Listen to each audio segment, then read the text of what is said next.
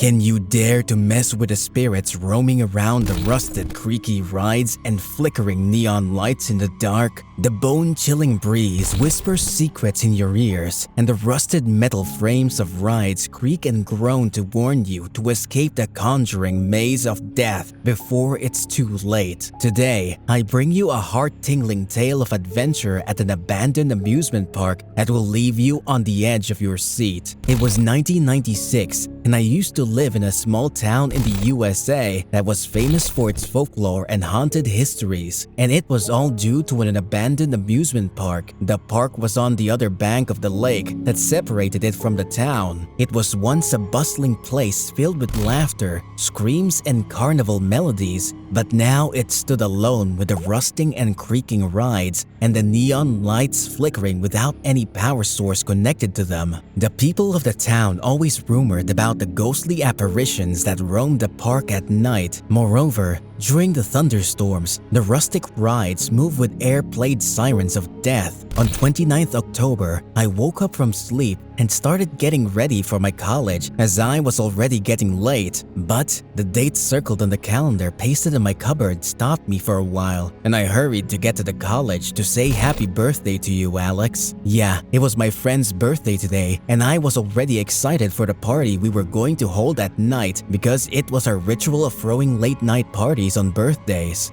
We were a group of 5 friends: Alex, David, Rohan, Patrick, and me. All of us were in our early 20s, full of thrill and dreams to do something bigger. Alex was the most energetic of all, while Rohan was a shy guy who talked just when he was supposed to. Patrick, David, and I loved adventure. So, at 7 p.m., we gathered at Patrick's farmhouse. Alex slaughtered the cake, and we ate it like the hungriest humans alive.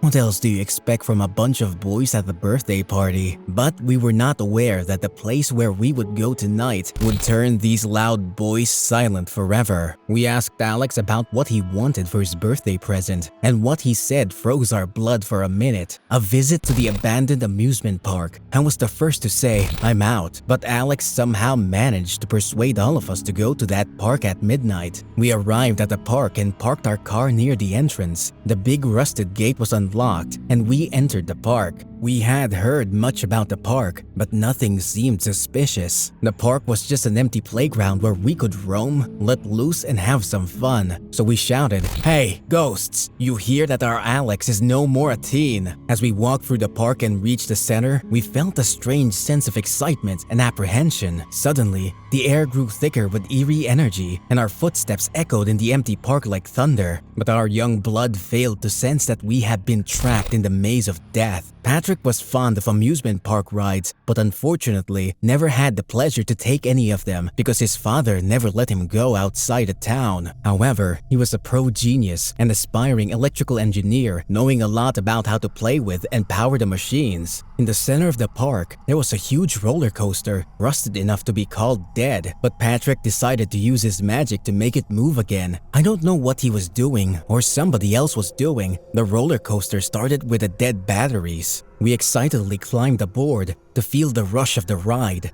David had motion sickness, so he refused to get in, and we made him stand at the switch. As the roller coaster climbed to the top, we noticed that the safety restraints were already loose and malfunctioned, and the ride descended with a lightning speed, twisting and turning at the breakneck pace. For the first time in our life, we held on for dear life. But the roller coaster gained more speed. We shouted to tell David to turn off the switch, but no one could figure out how he got into the ride. Our last hope died, and the coaster plunged into the darkness, where we felt shadows dancing all around us. When the ride moved outside the dark, it slowed down, and all of us jumped off. Now, every one of us realized that something is different at the park. There were shadows all around who moved in the corners of our vision and whispered echoes a million times more intensified than we heard in movies. We wanted to escape from this death trap immediately, but each step we took led us back towards the roller coaster. We wandered in the park and saw things that are difficult to explain. The carousel spun on its own, and the horses were galloping furiously as if they were trying to to escape too. The Ferris wheel turned on without any power source, and the swings were moving to and from without a single gust of air. Something started to push us back to the roller coaster and kept on squeezing us until we were on the coaster that was now running with an electrical speed. It took us into the dark where we saw the shadows laughing, crying, and dancing with ropes in their hands. Some of them had no heads, some of them had no body parts. In a nutshell, everything grew more horrific with the passing of time. After giving us a detailed view of the supernatural, the coaster entered the dark tunnels and past haunting figures. We screamed for the ride to end, but everything got worse. Finally, the coaster came to a stop and we stumbled out, gasping for air. The park was still once again, but eerie silence filled the atmosphere. Before thinking about anything else, we rushed towards the rusted gates at the exit, but something else was waiting for us there too.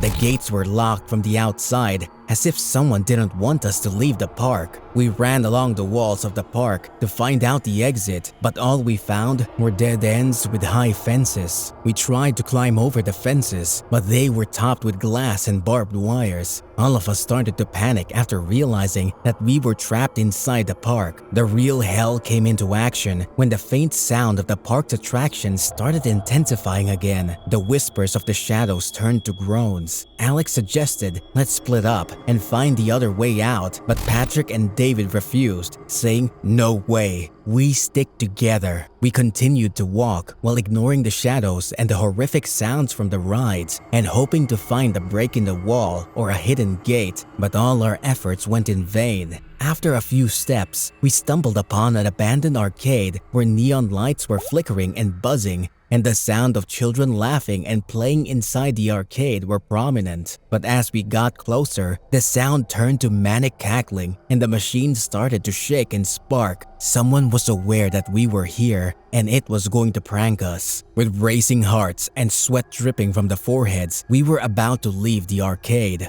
Suddenly, a large figure started coming closer to us. Alex shouted, "Run!" and we kept running until we found a small maintenance shed that was all rusted. Patrick pulled the door and luckily it opened up. All of us got into the underground shed and locked it from the inside. It was dark and murky inside the shed, and all we could hear were footsteps approaching from outside. We huddled together, and after a few minutes, we realized that these sounds were coming from our own hearts. No option was left for us except waiting for morning sunlight and then escaping the park. With the first ray of daylight, we escaped the shed and ran towards the exit with such speed that my legs got sore. Without wasting one more second, all of us got into the car and drove fastly back to the town. After coming back, we couldn't help but feel grateful to escape that bloody amusement park alive. The adrenaline rush of the coaster ride had long worn off, but the reality of what we experienced set in to keep us drowned in the nightmare forever. The night